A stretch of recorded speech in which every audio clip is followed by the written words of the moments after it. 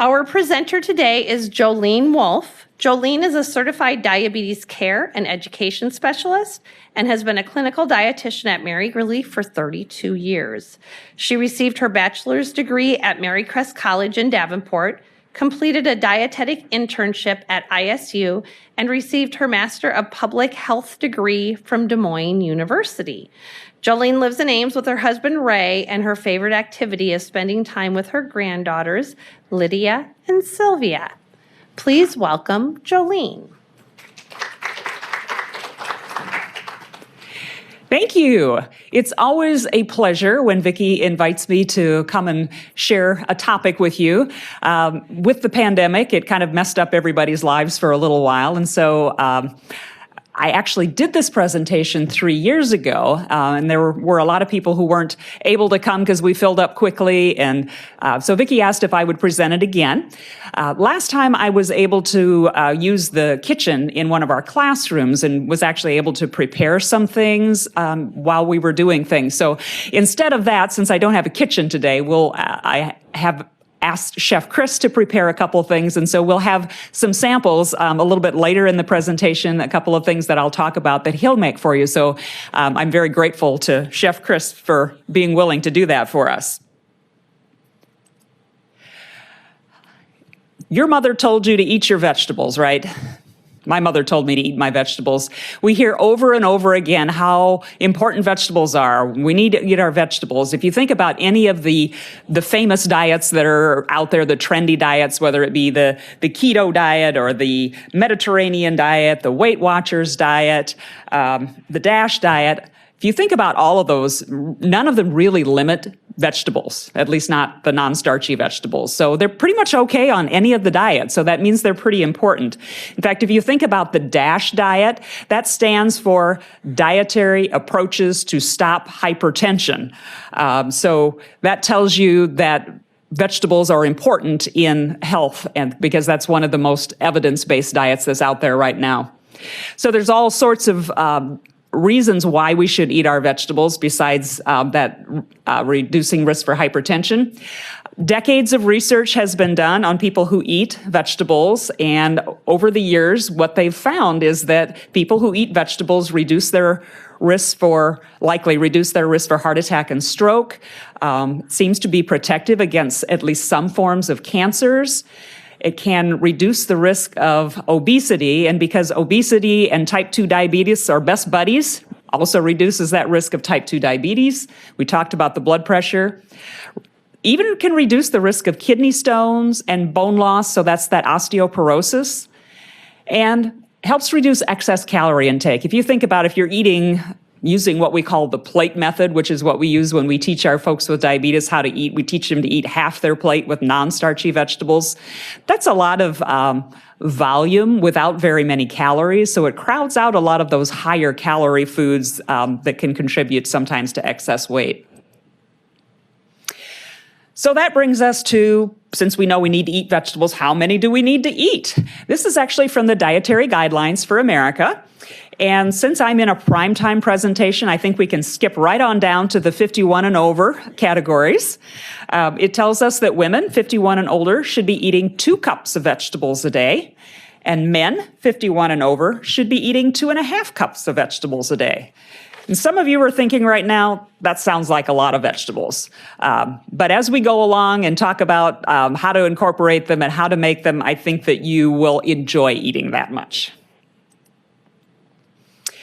So the most common reason I get when I walk into patients' rooms for not eating vegetables is they tell me, I don't like them. I don't like them. They don't taste good to me. Well, if they're so good for us, why don't they taste good to so many people? There are a lot of theories out there. The first one being evolution.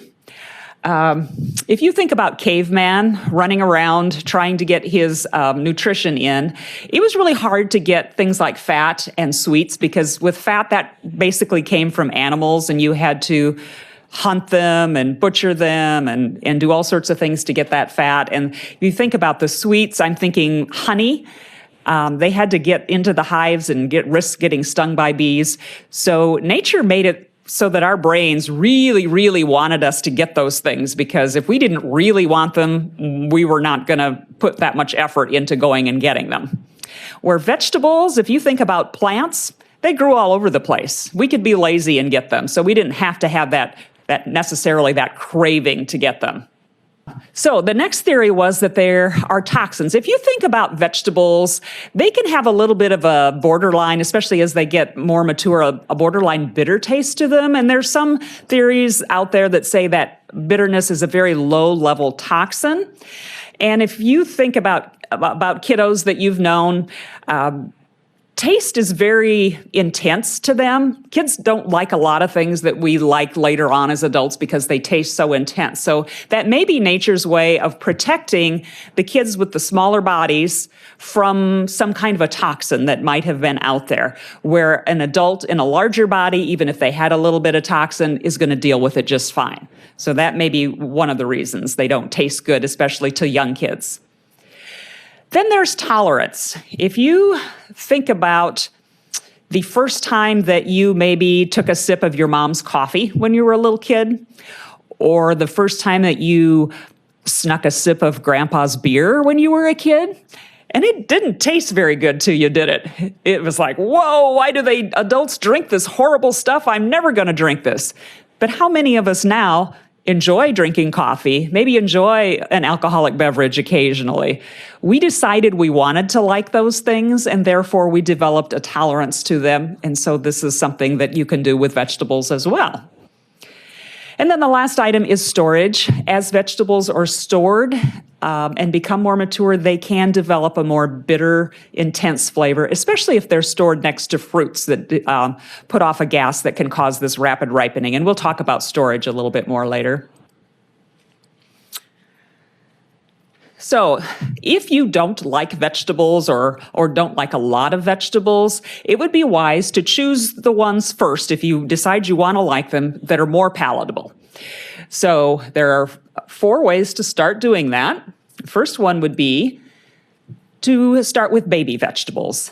They're little and they're cute, so they're fun to buy. The grocery stores have all kinds of baby vegetables out there.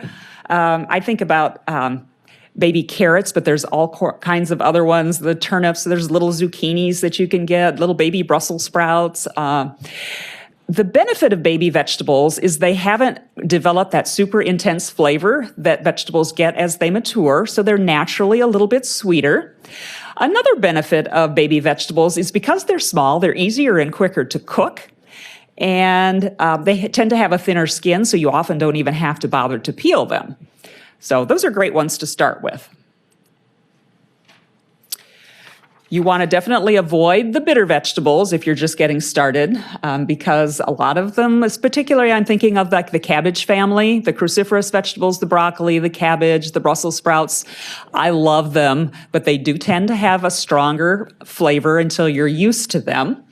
So eggplant would have a stronger flavor. The green bell peppers have a more intense, slightly bitter flavor versus like their red and yellow friends. So start with the more colorful ones. And then we'll talk about some cooking methods today, like roasting. And that's one of the things that Chef Chris is going to do for us today that can lessen that bitter flavor.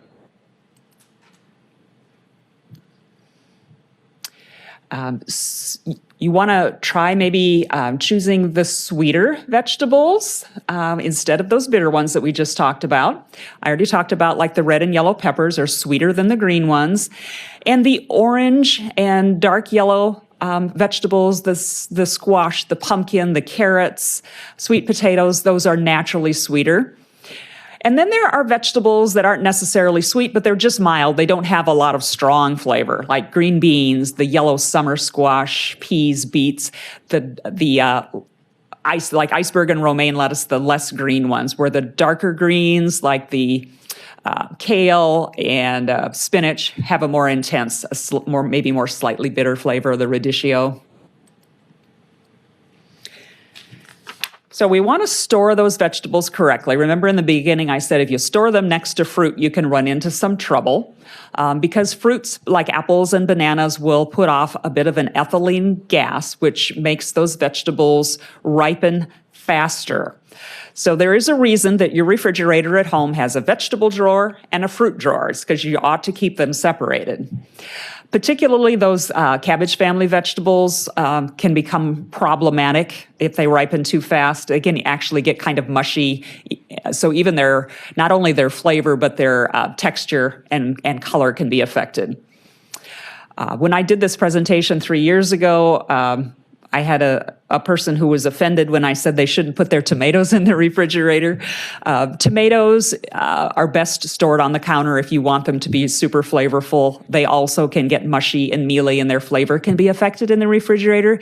It doesn't make them harmful. So, if you're somebody that can only get your groceries once every week or two and they're going to ripen too fast and get rotten, I certainly would rather have you put them in the refrigerator and eat them a little mushy than have to throw them out. So how do I store them? Those of you in the non-virtual audience, there is a handout in your packet that has a whole list of vegetables and how to store them. The link no longer worked after 3 years, and so Vicki worked with me and found this other link so that those of you in the virtual audience, this is a good idea, gives you a good idea on how to store different fruits and vegetables, whether they should be in the pantry, on the countertop, or in the refrigerator. So I've just told you how to store them, but how do you pick the best ones in the first place?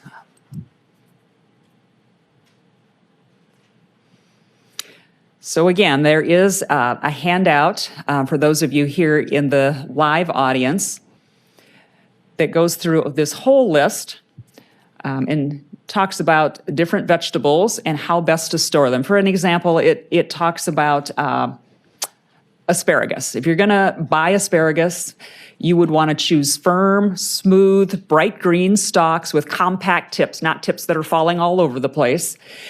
And ideally choose those stalks that are the same thickness so that when you cook them all the same amount of time. Avocados are on here. When I grew up on the farm in Butler County, I'd never had an avocado. I had no idea when I became an adult how to pick an avocado. Well, this tells me how to do it, and I use avocados all the time now. I mean, it took me a little while to figure out how to get the best one. So this is a very nice guide, and it's printed up for you.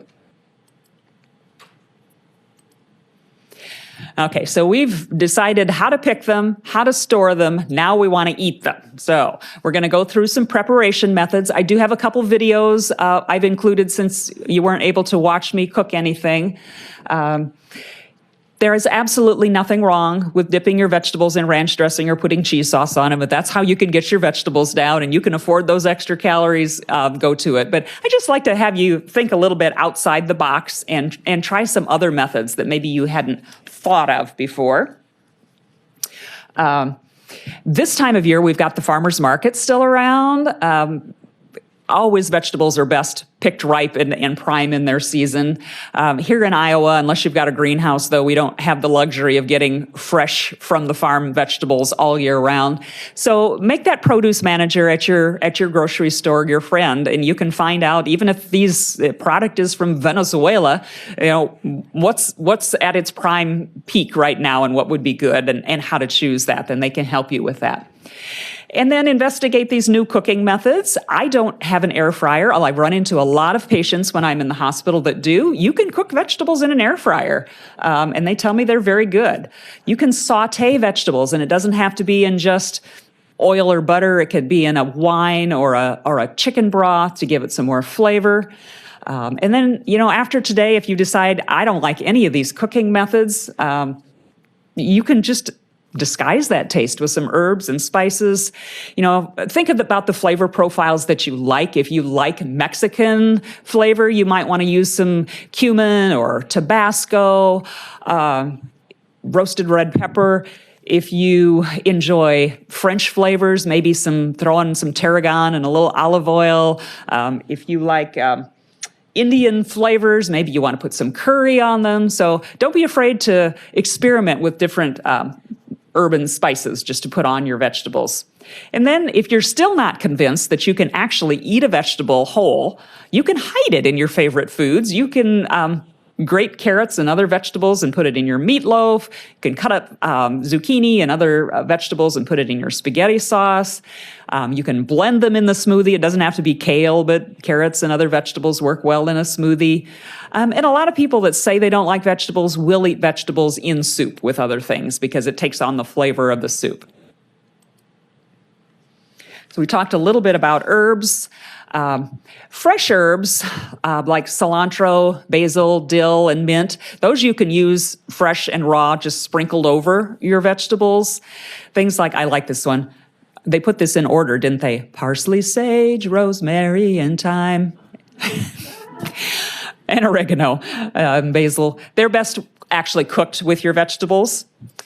And then there are the dried herbs. You don't have to go to the grocery store and buy fresh. You can use the ones that are already in your spice cabinet. There are the smokier, kind of warm spices like cumin, ginger, allspice, coriander. As we get into fall, we think about using those kinds of spices. I know when I was doing a stir fry, I had some greens that I was growing on my patio this spring, and I did a stir fry with my greens in some olive oil and garlic, and I threw in some crushed red pepper flakes, and it just really kicked up the flavor, and it was really nice. Something I hadn't thought of before. Or you can use some of those already mixed herb seasonings. This is a couple-minute video on telling us how to do some preparation.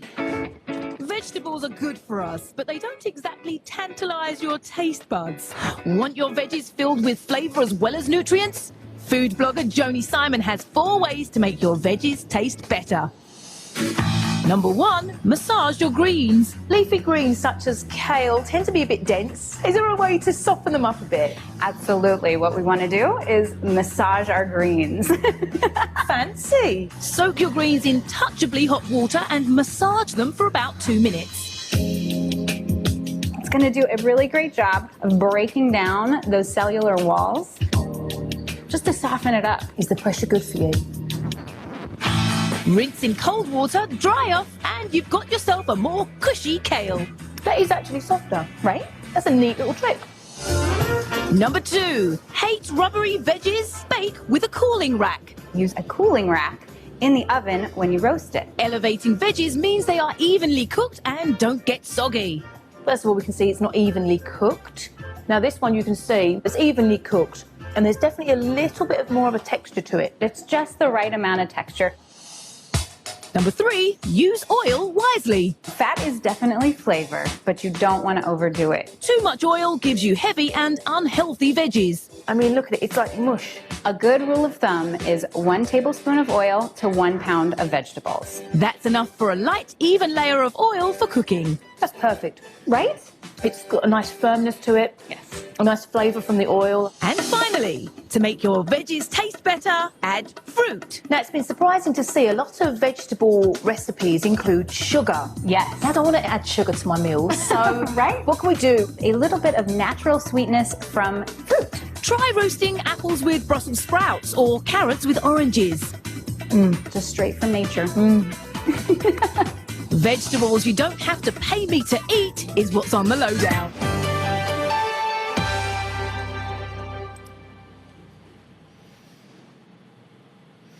I have to admit I've never massaged my kale, but if y'all want to try it. We talked about, kind of joked a little bit about dipping your vegetables in ranch dressing, and again, nothing wrong with that. You can use any dressing or dip that you like. There are commercial vegetable dips out there. You can make your own dips with a little Greek yogurt. I like that because it has a little less sodium in. My husband's on a low sodium diet. But also, think about some other things to dip your vegetables in. Hummus is wonderful with vegetables. I particularly love those sugar snap peas dipped in hummus. That's great. Peanut butter isn't just for celery. There's no reason you couldn't dip cucumber slices and pepper strips into peanut butter. Baba ganoush is actually a kind of a Lebanese version of hummus. It's the same kind of thing. It's made with eggplant instead of chickpeas, and it's also very good. Stompin' Grounds here in Campus Town used to have a platter that had it on. I don't know if they still do, but it was very good. And then guacamole, people think about, dipping their tortilla chips in it, but nothing wrong with dipping your vegetables in guacamole. And the other thing with dipping vegetables is, again, it doesn't have to be just the carrot and the celery sticks, but there's a whole variety of vegetables you can see here that would work really well raw and dipped. Chef Chris is bringing us some marinated vegetables today. There is a recipe in your packet and there's a recipe online, but it's just super easy. You don't really need a recipe to marinate them.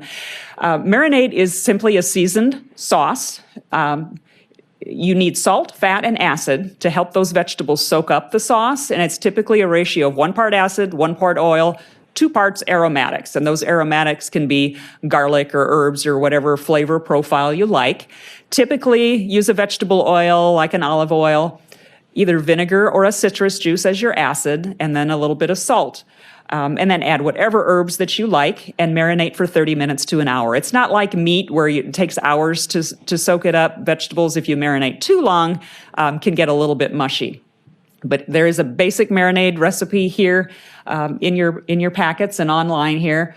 Almost all of you, I would guess, have all of these things. You don't have to go out to the grocery store to buy anything to marinate your vegetables. You can use all of one vegetable. If you love broccoli, you could just have 2 cups of broccoli. But if you want a variety, broccoli, cauliflower, and cucumbers and all sorts of things, you could make that whatever variety you wanted. On to grilling vegetables. I don't grill because we don't eat a lot of meat at my house, but I've had grilled asparagus, and it's one of the most marvelous things man has invented, I think. Grilling is a very hot surface. It chars that vegetable, and when it chars it, it gives that smoky, charred flavor. It's called caramelization. It almost makes it a little bit sweet. So it's a wonderful way to cook a vegetable. It also keeps the nutrients in because it cooks it hot and quick, and so it doesn't have time to have all the nutrients leach out into soggy water. So to grill a vegetable, you don't want it to stick to the grill, so you'll either have a little bit of oil on the grill or on the vegetable so it doesn't stick. Put it on a preheated grill, cook it till there's char marks on the side, flip it over, cook it for a few more minutes till it's whatever doneness you want. Some people like their vegetables really soft, and some people like them kind of tender crisp. Super simple. You can throw it on the grill if you're doing steaks or burgers. Roasting vegetables has become probably far and away my most favorite way to cook vegetables. And Chef Chris is also doing some roasted vegetables for us today. It's also like grilling, a high heat cooking method. That hot air in the oven cooks it and browns it. And again, that crispiness gives it that caramelization, which makes it a little bit sweeter, improves the flavor profile. So someone was asking about beets today, and I said beets are great roasted. And especially good with the bitter vegetables. Brussels sprouts roasted are absolutely marvelous. Takes away some of that bitter flavor. Roasting is also super simple. You need a hot oven, so about 425 degrees. You want to chop your vegetables, whatever you're using, into similarly sized pieces. Otherwise, you're going to have some of your vegetables be burnt and some of them not done yet. So you just toss them with a little olive oil, salt and pepper. My husband's on a low salt diet. I skip the salt. And then whatever other seasonings or herbs that you'd like, but you could just skip the other seasonings and just do olive oil and salt and pepper if you wanted to. And you just toast them until they're golden brown and tender.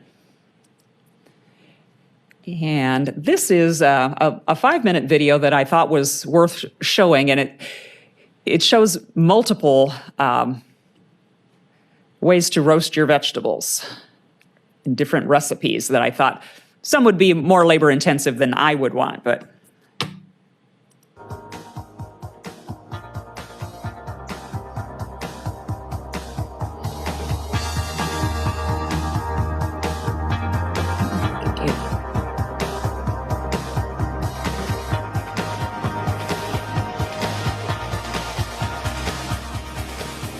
so they're adding a little bit of protein. You wouldn't have to. You could just stop at the vegetables if you just wanted the vegetables, but it would be an easy way to make a whole meal in the oven on one tray to just add that shrimp.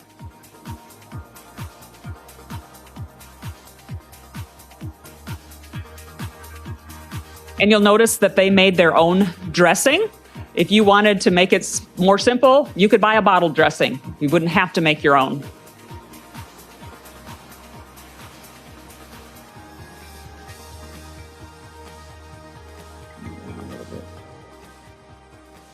Here's the second recipe.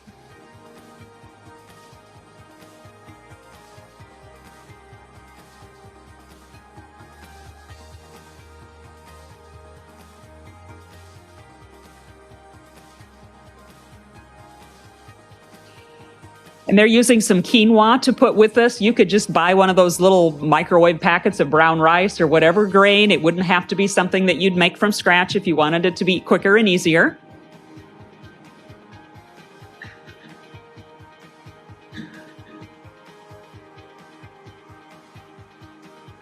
So recipe number 3.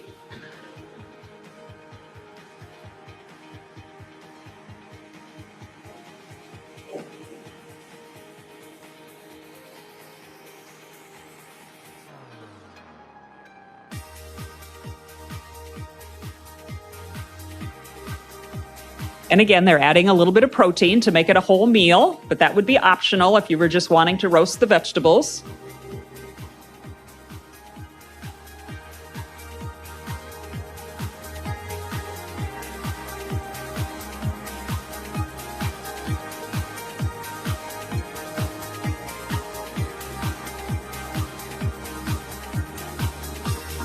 Doesn't that look yummy?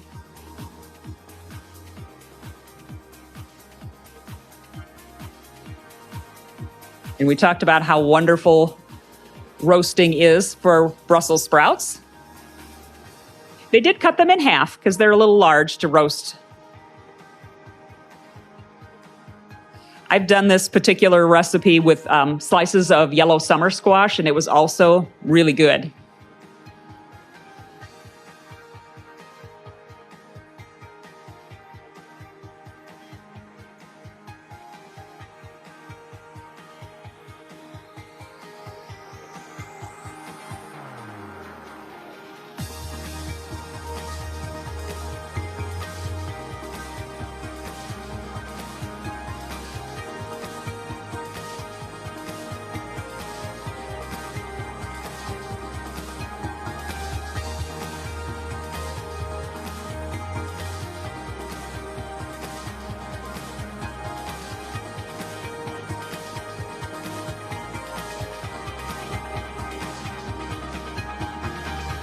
And again, they made their own dressing, but you could buy a bottle dressing.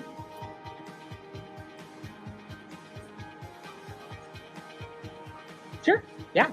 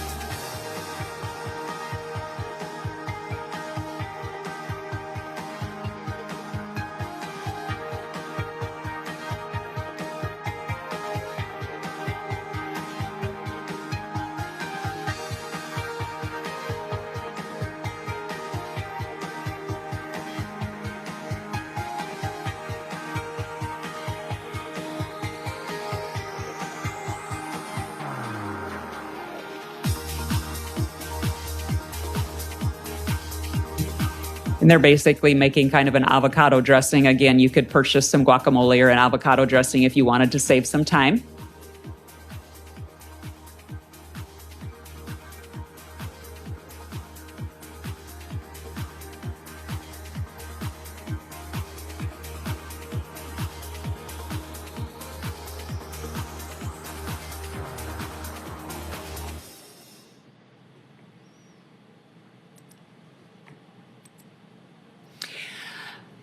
All right, we've got a few more prep tips, and it sounds like our hot roasted vegetables are here, so I think Vicky's going to start passing those out for you to try while we're visiting, so I hope you enjoy. Blanching is a a method that my mom used to do when I grew up on that farm in Butler County. We had a big garden, and when we would freeze vegetables, we would blanch them first to stop that enzymatic process from making them deteriorate too fast. So blanching does preserve that texture, but you can blanch vegetables just to eat, and it can decrease the bitterness a little bit. It's just like boiling a vegetable, except you bring that water to boil. You only boil them for 30 to 60 seconds, then you pull those vegetables out and you immerse them immediately in ice water to cool them off. So again, it's not something I do frequently, but if you really are averse to textures, this might be a way for you to like your vegetables better. Frying, whether you pan fry or deep fat fry, that's going to give vegetables that crispy outer crust that you might enjoy. And if you put it in a light batter or breading, thinking about some of those deep fat fried vegetables that you might get at a restaurant, again, going to add some calories and things. But if it's a way for you to eat your vegetables, it would be maybe a good place for some people to start. You can put them on a wire rack, drain them, or on a paper towel so they don't get mushy after you're done. Steaming them is truly one of the easiest ways, and probably a lot of us grew up either steaming or boiling our vegetables. You can go to the grocery store and get pretty much any vegetable you can think of in one of these microwave-ready little packets. I use them all the time. I like vegetables, so I never really feel the need to have to do very much with them. But if you don't like them that way, think about all those herbs and seasonings that we talked about that you could sprinkle on, or lemon juice, particularly on spinach or broccoli, is really good. And there are some packaged steam-ready vegetables that already have sauces and seasonings on, so you can look for those as well. We talked a little earlier about sautéing. You can also add herbs and garlic and things to whatever you're sautéing with to add a little bit of flavor. I think when it's cooked with the vegetable, it makes it more flavorful. And for those of you who really do enjoy cooking, I added some other ideas. You can stuff vegetables. My mom used to stuff green peppers from the garden with like rice and ground beef and things. But there are other vegetables you can stuff: eggplants, zucchinis, squash. I have an acorn squash recipe that I'll put some chopped apples and cinnamon in that's really good. So that's a fun way. You can buy oils like olive oil that already is infused with like garlic and some other seasonings. So you could just drizzle that on some of your cooked vegetables. Or you saw in our video, they use a balsamic maple glaze on some of the vegetables. And it's really good on the earthy vegetables like the Brussels sprouts, the turnips, the parsnips. We talked a little bit about throwing your vegetables into a smoothie, or again, adding the cheese sauce. When all else fails, add cheese. And then a few last ideas that I got from a dietitian's magazine. They were called lazy, delicious ideas. So often we can imagine ourselves eating vegetables for lunch and dinner, but we don't think about incorporating vegetables for breakfast. Maybe some hash browns, maybe throwing some peppers and onions in an omelet, but beyond that, it's hard to think about vegetables for breakfast. I thought this was a great idea. Either the night before you can roast a sweet potato, or actually how I do my sweet potatoes almost always is I poke them with a fork, and in 6 to 8 minutes in the microwave, you got a roasted sweet potato. So in the morning, you just warm that up and top it with some Greek yogurt, banana slices, and a drizzle of peanut butter or cashew butter, whatever you like, a dash of cinnamon, and you're eating a vegetable for breakfast. If you really want to kick it up a little bit, you can add a crunchy topping like some grape nuts or nuts, granola. Or if you really don't like sweets for breakfast, you could put some cottage cheese on it instead. Another idea this magazine had was to layer some frozen, like cooked rice, or again, you can get those microwave or individual packets if you really want to go truly lazy, or the cauliflower rice if you don't want the carbs from rice. And then you throw on some frozen sliced pepper, some frozen corn, whatever protein you have left over, like maybe some chicken or roast beef or whatever you have. If you're vegetarian, those little beefless crumbles work nicely. Top it with some canned, it doesn't have to be black beans, it can be any kind of bean. Put some salsa on it, and then you can just pull that out the next day and reheat it. Thaw it overnight and reheat it. People will sometimes add shredded cheese or jalapenos, some cumin if you want it to be a more Mexican flavor. You can eat it with a fork as it is, or scoop it up with tortilla chips, put it in a tortilla shell or a whole wheat pita pocket. Lots of ways to eat those yummy vegetables. And the last idea, so many of us are told we should eat those dark greens, but we don't know how to eat greens. Stereotypically, people in the South serve greens with their meals all the time, but we haven't maybe traditionally done that.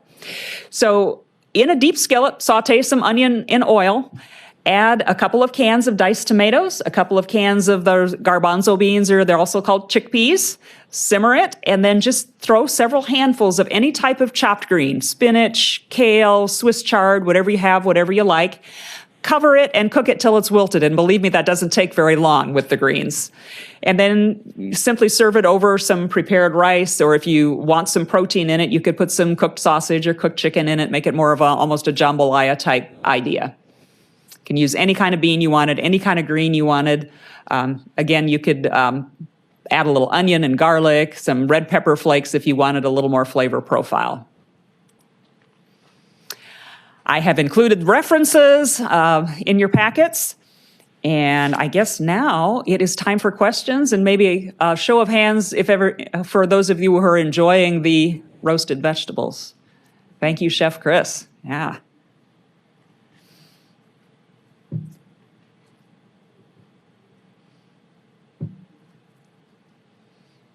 Any questions in the audience? Yes.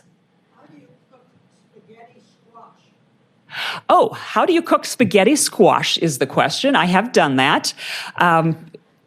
The way I did it, I believe, was I actually did it in the oven, and I'm trying to think if I needed to cut it in half first.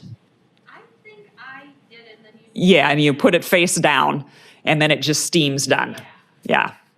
And then when you take it out, you take a fork and you just. Yeah, it's weird. You flip it over and you think, well, it's just going to be squash, but you just fork it and it just comes out in strands.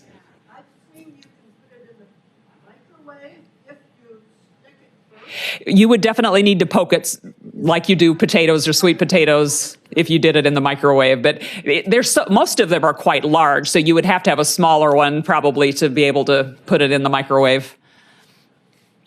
But yeah, because basically you're steaming it. We can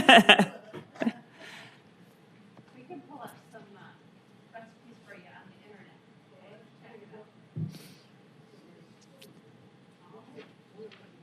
Oh, what? Oh, she said one recipe said to boil it in water. I've never done that. No, but any way that you could get it to basically steam the inside.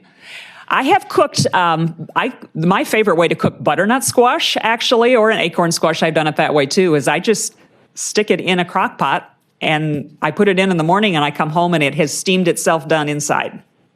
Really easy. You mean it's full? It's whole. So then you just gently take it out, put it on a plate, slice it open and slice out the seeds, and it's done and ready to go. Okay, so I have a question for you.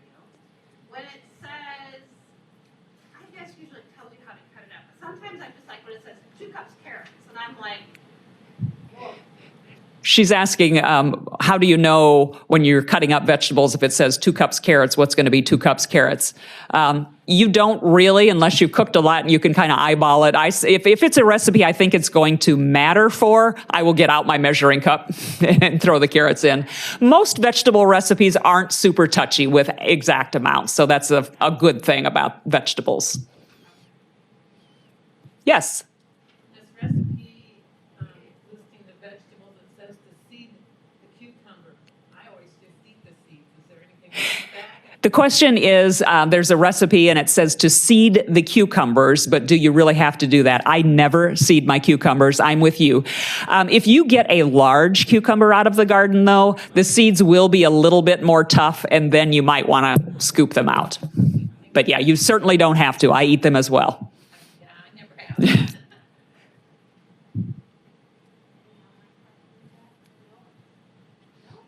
No questions online? Now, this is the marinade right here, right? That should be the marinated salad. Yes, that recipe was included in your packet. Okay. Not the one in the slides, but in your other packet. Yeah. Very good. Yeah. I think they're too busy eating. Question here. Is it more beneficial to us to eat them raw? Excellent question. The question is it more beneficial health-wise for us to eat vegetables raw or cooked? Kind of in between, actually. It's beneficial either way. Any way you can get your vegetables, they're going to be healthful. For a long time, people thought, well, it's better to have them raw. They have all of the fiber. You haven't, cooked out any of the nutrients. But cooking them a little bit does actually release some of the nutrients from those fibrous cells. So actually cooking some vegetables a little bit actually can get a few more nutrients for you if you want to get technical. What about leaving the skin on a cucumber? She's asking about leaving the skin on a cucumber.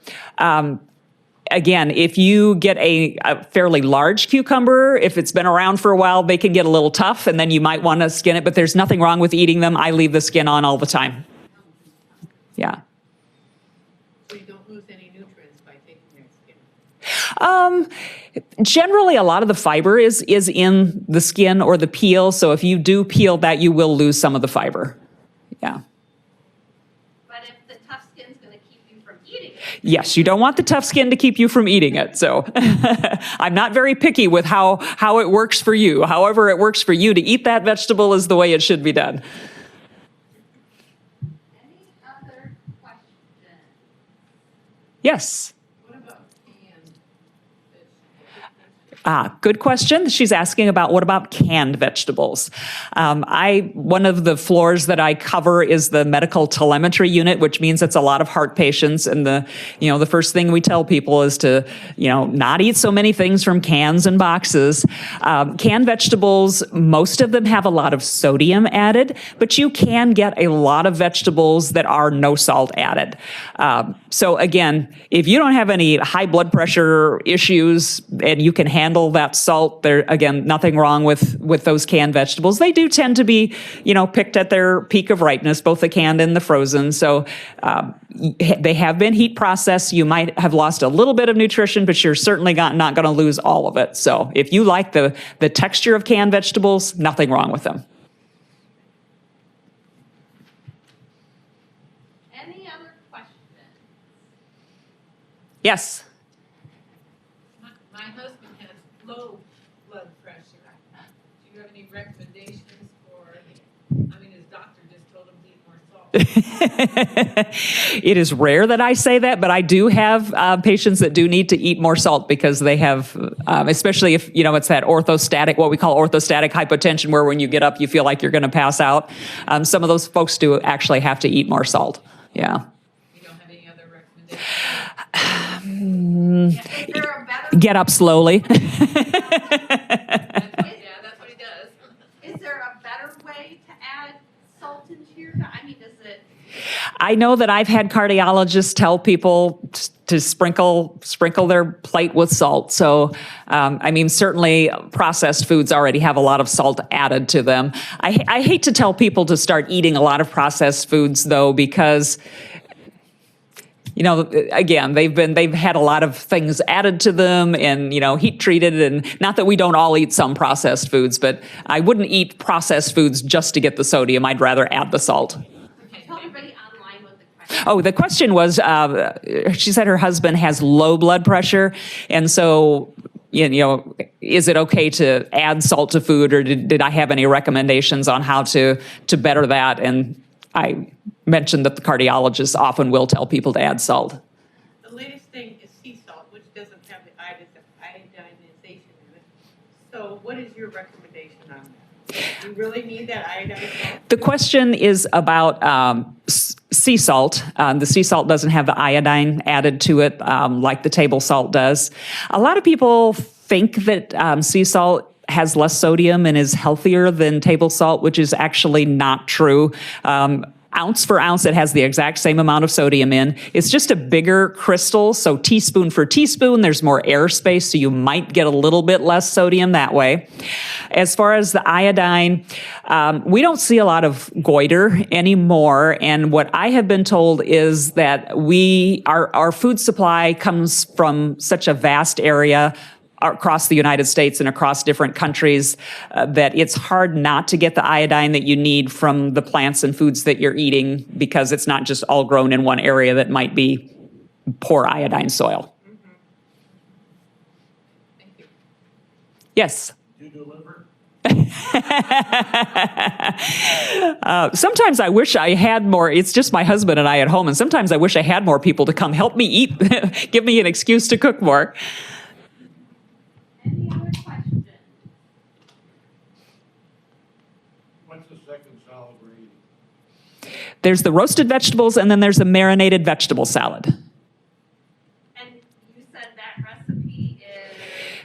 Those are both in the packet. The roasted vegetable that I asked him to make is actually the one that calls itself fingerling potatoes, and I just asked him to do a variety of vegetables instead of fingerling potatoes. And the reason I chose that recipe is because it's so simple, and I'm pretty sure that all of you have every single ingredient, except for maybe the vegetables, in your pantries at home. And then the marinated vegetable is also in that packet. So for those of you virtually, there are some good recipes already in on the handouts or the packet. But if you want the actual ones that were served here, let Vicki or I know, and we can snail mail or email those to you. All right, last chance, questions? Thank you. Those are good questions. All right, very good, very good. One last thing. I brought this along and forgot to mention it. There are a lot of, you can get boxes of salad greens, and like I said, it's just my husband and I at home. So sometimes I'll buy those little chopped salads because they have 2 or 3 servings in and they work really well. But if you have your own greens or just want to, to buy some greens and add things, these little salad toppers have nuts and seeds, and this one has edamame in. Don't really have much in the way of sodium, just good fibers, and they last a long time. So you can just top your own salad and make your own little chopped salad if you want to. Very good. Wonderful. Yes. Thank you, Jolene. Lots of great information, and now you see why I always have her come back. She's a great presenter. She always has very useful information, so thank you so much for putting this together today and coming back and presenting again for us.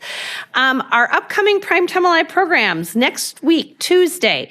This program is one of ours that is an in-person only option. Tuesday, October 4th, it is CPR and AED, shockingly easy. And so they're going to talk through, I think it's something 70% of cardiac arrest takes place in the home. So that knowing it's hands-only CPR, they're going to talk about, they have a mannequin, they're going to talk about AEDs, the automated external defibrillators, and have some of those here for you to see. But just great information, good knowledge, just hopefully you never have to use it. But if you do, it's nice to have seen and touched and held and have a little bit more information. And then Thursday, October 20th at 2 o'clock, we have both in-person and online option, safety in the home. And we have some of our home health occupational therapists who are going to be presenting that program for us. So good ways to keep you safe and at home. Thank you for joining us, everyone. Have a great day. Enjoy this beautiful full fall weather and eat your vegetables. Thank you.